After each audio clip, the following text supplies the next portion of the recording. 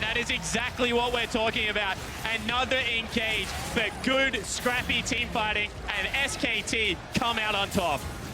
SK Telecom have got 30 seconds to destroy the Nexus. They're gonna tank it up with Spiderlings, with Voidlings. The Nexus is down. The turret will fall out shortly. And SK Telecom advance to the semi-final at Worlds. And we get to see it again. SKT just have so few weaknesses you can exploit. Early game, they're strong. Mid game, they're fantastic. Late game, they're even greater. Individual players showing up big time. You point at someone like Blank being like, oh, underperforming jungler. But then in the best of series, he had 0 issues once he got subbed in. And that really makes it so hard to beat SKT. And even playstyle that you criticize is their bottom lane, it's passive. Maybe you can exploit that. They play against Uzimata. Guess what? You can't exploit them. They can go toe-to-toe with the best. You know, Faker, if you send multiple people into his lane, you can frustrate him, you can rattle him and get in his head. He has risen to the occasion today and had a great series. Chicago Theatre, put your hands together for your second semi-finalist of Worlds 2016. It's SK Telecom T1. Yay! We did it for you. They were cheering while I was talking. Ah, of course, of course. But really, you talked about RNG, you know, people calling it sloppy or whatever.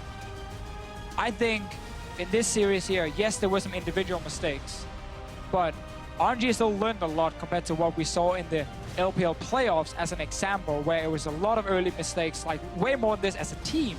Here you can look at MLXG and maybe say under the pressure he crumbled.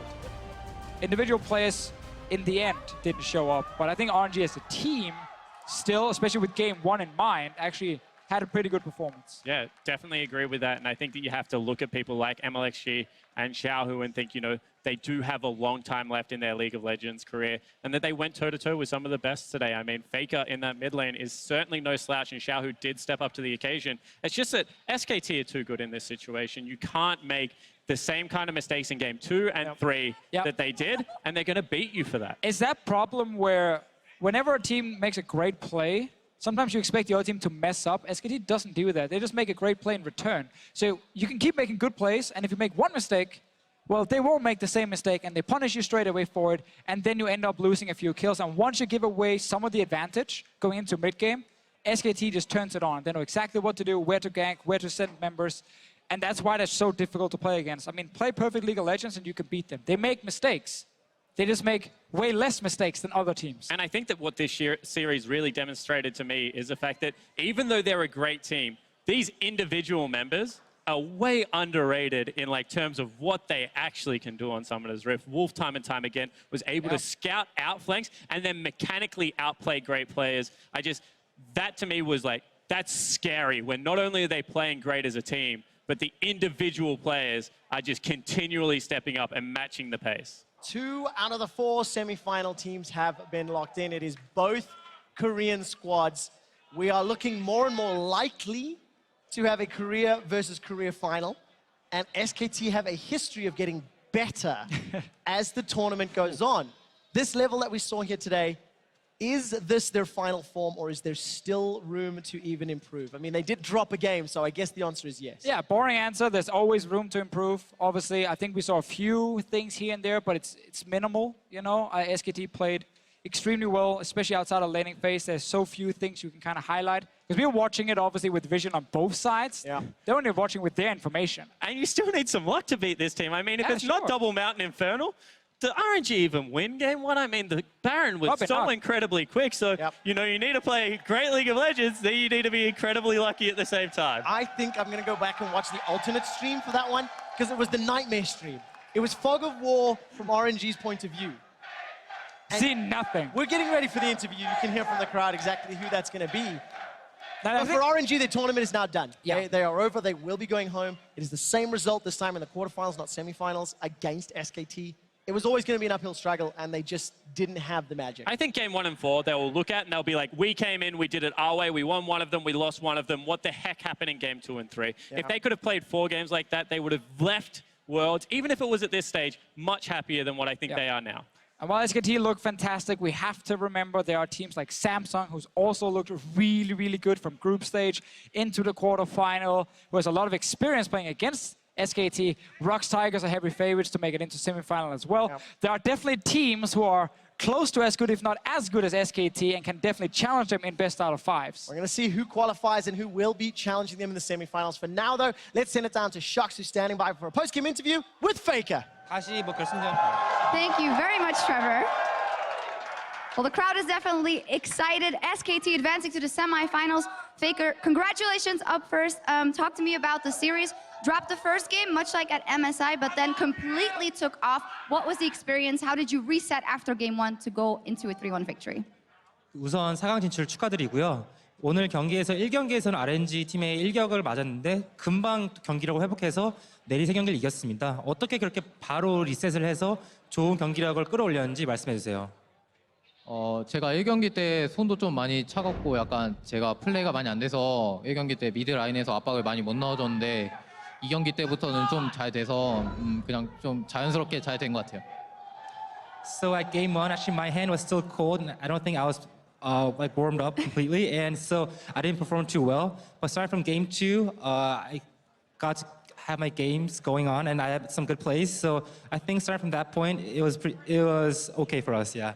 Well, you did win. It was a very interesting matchup to watch because it was the same one at MSI, but now Uzi was on the roster for RNG. How much different was this matchup versus them as it was to the one at MSI? MSI 4강에 이어서 다시 한번 RNG 팀에 붙게 되었는데 그 당시 RNG 팀과 다른 점은 이번엔 우지 선수가 로스터에 추가되었는데요. 그 당시 RNG 팀과의 경기랑 이번 경기는 어떻게 달랐었는지 말씀해 주세요. 그때 당시나 지금이나 좀 강력한 팀인 건 맞지만 그때보다 이번 경기가 저는 좀 더 쉬웠다고 보고 이번 경기에서 좀 상대가 롤드컵 경험도 없고 또 뭔가 약간 긴장된 듯한 플레이를 보여서 저희가 좀 더 쉽게 이겼던 것 같습니다.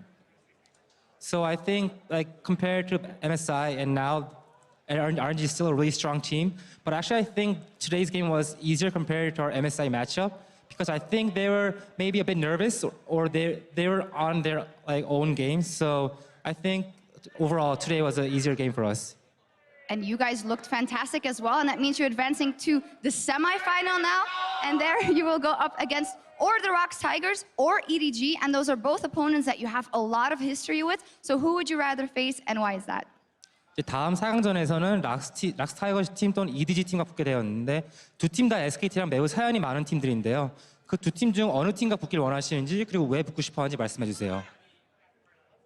저는 어떤 팀이 올라오든 다 재밌을 것 같아서 크게 상관은 없는 것 같고 근데 만약에 EDG가 락스를 꺾고 올라오면은 좀 락스를 꺾고 올라오면 얼마나 강력한가라고 좀 생각을 할 것 같아서 좀 무서울 것 같아요.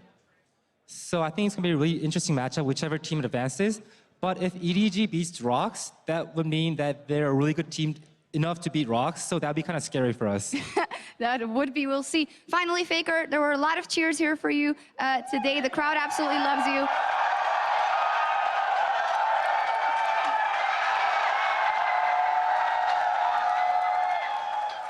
Well,